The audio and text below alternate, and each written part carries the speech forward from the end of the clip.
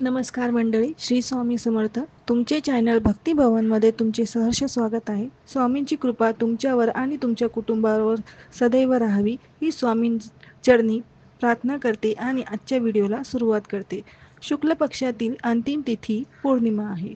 पौर्णिमा म्हणजे सर्व मनोकामना पूर्ण करणारी तिथी आणि हिंदू धर्मात खूप महत्त्व आहे पौर्णिमेला. पौर्णिमेला दान धर्म नक्की करावे, याने आपले पुण्यकर्मात वाढ होते. प्रत्येक महिन्याची पौर्णिमा ही खूप महत्त्वाची असते, पण जेव्हा चैत्र महिन्याची पौर्णिमा ही हिंदू नववर्षाची पहिली पौर्णिमा आहे. ही पौर्णिमा विशेष आहे कारण ह्या पौर्णिमेला हनुमानजींचा जन्म झाला होता. म्हणून आजच्या व्हिडिओमध्ये आपण जाणून घेऊया की हनुमान जयंती चैत्र पौर्णिमेला आहे, तर हनुमान जयंती कशा प्रकारे साजरी करावी, हनुमानजींची कशा प्रकारे पूजा करावी, ही संपूर्ण माहिती आजच्या व्हिडिओमध्ये आपण बघणार आहोत. म्हणून आजचा व्हिडिओ खूप महत्त्वाचा आहे. पूर्ण नक्की बघा. आवडल्यास लाईक करा आणि कमेंट करा, कारण तुमच्या लाईक केल्याने आम्हाला कळते की हा व्हिडिओ तुम्हाला खूप उपयोगी पडला आहे. आणि लाईक तर नक्की करा आणि सबस्क्राईब पण करा. आता आपण बघणार आहोत की पौर्णिमा तिथी कधी होणार आहे, कधी संपणार आहे आणि पौर्णिमेचा उपवास कधी करायचा. तर बघा, चैत्र पौर्णिमेच्या शुक्ल पक्षाची पौर्णिमेची तिथीची सुरुवात ही 12 एप्रिलला सकाळी 3:21 होणार आहे आणि पौर्णिमेची समाप्ती ही 13 एप्रिलला सकाळी 5:51 होणार आहे. म्हणून सूर्योदयानुसार पौर्णिमेची तिथी 12 एप्रिल 2025 वार शनिवारी आहे. आणि पौर्णिमेचा उपवास 12 एप्रिललाच करायचा आहे आणि पौर्णिमेच्या दिवशी दान हे करायचे असते.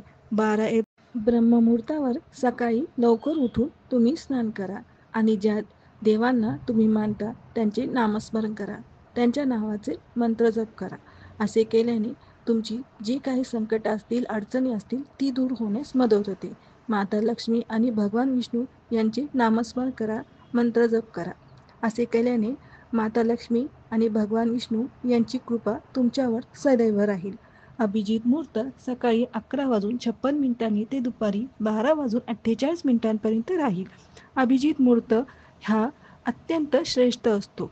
ह्या काळात ब्रह्ममुहूर्तावर सकाळी लवकर उठून तुम्ही स्नान करा आणि ज्या देवांना तुम्ही मानता त्यांचे नामस्मरण करा, त्यांच्या नावाचे मंत्र जप करा.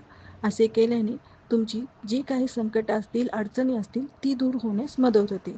माता लक्ष्मी आणि भगवान विष्णू यांचे नामस्मरण करा, मंत्र जप करा. असे केल्याने माता लक्ष्मी आणि भगवान विष्णू यांची कृपा तुमच्यावर सदैव राहील. अभिजित मुहूर्त सकाळी 11:56 ते दुपारी 12:48 राहील. अभिजित मुहूर्त हा अत्यंत श्रेष्ठ असतो. ह्या काळात तुम्ही जे काही कार्य कराल ते सफल होते म्हणजे होते. दान करू शकता, कोणत्याही कामाची सुरुवात करू शकता, शुभकार्य पूजापाठ करू शकता. अमृतकालचा वेळ सकाळी 11:23 ते दुपारी 1:11 राहील. यावेळेस सत्यनारायण करू शकता. सत्यनारायणची कथा सकाळी पण करू शकता. राहू काळात सोडून तुम्ही कोणतेही कार्य करू शकता. राहू काळात कोणतेही कार्य करू नये. राहू काळ सकाळी 9 पासून ते 10:30 आहे. पौर्णिमेच्या दिवशी सकाळी लवकर उठून नित्यकर्म सर्व उरकून अंघोळ करा. अंघोळ करताना पाण्यात हळद, गंगाजल टाकून अंघोळ करा. नंतर सूर्याला अर्घ्य द्या. पाण्यात हळद, अक्षता आणि गूळ टाकून सूर्याला अर्घ्य द्या. नंतर घराच्या मंदिराजवळ येऊन सर्व देवांना स्मरण करून पूजा करा. तुमच्या पौर्णिमेच्या दिवशी सकाळी लवकर उठून दारात दिवे लावा. स्वयंपाकघरात, तिजोरीत आणि दरवाजावर स्वास्तिक कुंकवाने काढा आणि उंबरावर हळदीचे लेपन करा. हळदीचे लेपन करून दिवे लावा आणि माता लक्ष्मीचे स्वागत करा आणि जिथे स्वास्तिक असेल तिथे हळद, कुंकू, अक्षता टाकून स्वास्तिकचे पूजन करावे. पौर्णिमेच्या दिवशी सकाळी लवकर उठून दारात दिवे लावा.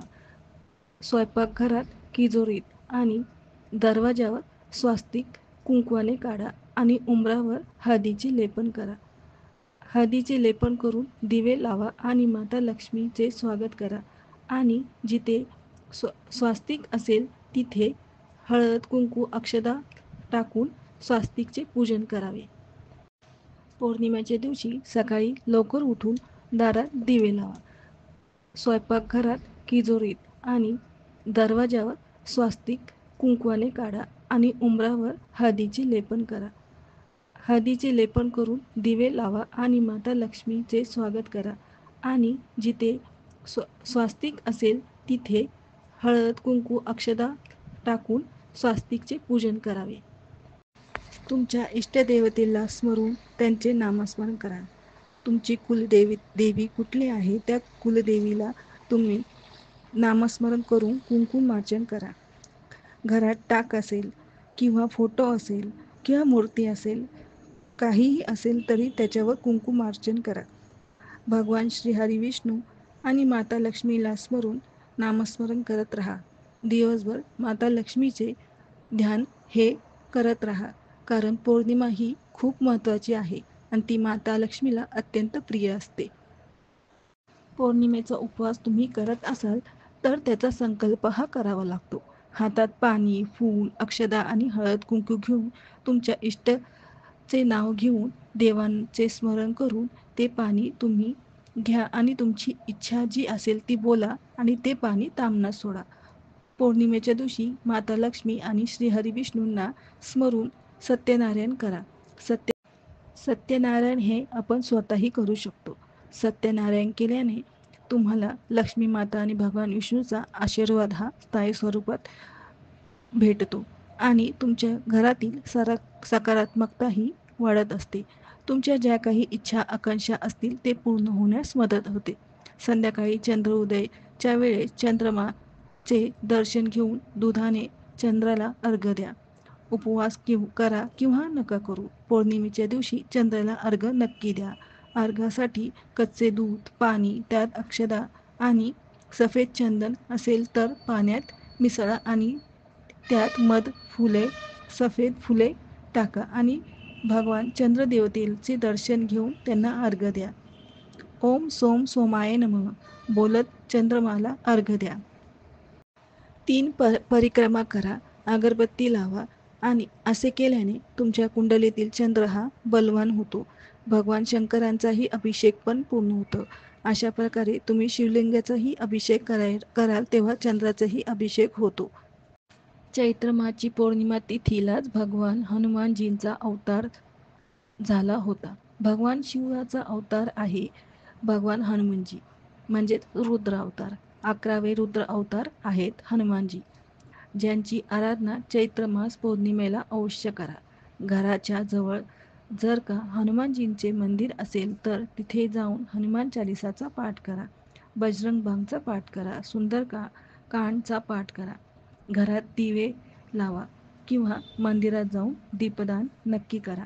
हनुमानजींची मंदिरात तिळाच्या तेलाचा किंवा शुद्ध तुपाचा दिवा लावा. तुमच्या इच्छानुसार मंत्रांचा जप करा. हनुमानजींचा आराधना नक्की करा, जप करा. असे केल्याने तुमच्यावरती येणारे संकटे दूर होतील. भगवान श्रीरामाचे भक्त हनुमानजी आहेत, म्हणून आजच्या दिवशी भगवान हनुमानजींना प्रसन्न करण्यासाठी श्रीराम रामाय नमः चा जप करा आणि माता सीताचे स्मरण करून हनुमानजींची पूजा करा. हनुमानजींची पूजा करण्याआधी श्रीराम आणि माता सीताचे स्मरण करा, त्यांना नमन करा. भगवान श्रीराम आणि सीता माता यांचे पूजन केल्याने हनुमानजी हे प्रसन्न होतात. हनुमानजींच्या मंदिरात जाताना काळे फुटाणे, गूळ, बुंदीचे लाडू हे नक्की घेऊन जा. हे हनुमानजींना अत्यंत प्रिय असतात. हनुमानजींना विड्याचे 11 पाने घेऊन त्याच्यावर श्रीराम चंदनाने लिहा आणि ती माळ. असे केल्याने हनुमानजी अत्यंत प्रसन्न होतात. त्यांचा आशीर्वाद हा आपल्याला नक्की मिळतो. चैत्र पौर्णिमा ही खूप महत्त्वाची असते. तुमच्या घरच्या इष्टदेवतांना, देवीला तुम्ही स्मरण करून त्यांचा आशीर्वाद मिळवू शकता. अशा प्रकारे विधिवत पूजा करा. असे केल्याने हनुमानजी अत्यंत प्रसन्न होतात. त्यांचा आशीर्वाद हा आपल्याला नक्की मिळतो. चैत्र पौर्णिमा ही खूप महत्त्वाची असते. तुमच्या घरच्या इष्टदेवतांना, देवीला तुम्ही स्मरण करून त्यांचा आशीर्वाद मिळवू शकता. अशा प्रकारे विधिवत पूजा करा. पौर्णिमेला चंद्राला अर्घ्य नक्की द्या. पौर्णिमेला चंद्रोदय सायंकाळी 6:20 होईल. तर मंडळी, हा आजचा व्हिडिओ चैत्र पौर्णिमा आणि हनुमान जयंतीचा आहे. आशा करते की तुम्हाला याचा नक्की लाभ होईल. आता भेटूया पुढच्या व्हिडिओमध्ये. तोपर्यंत श्री स्वामी समर्थ.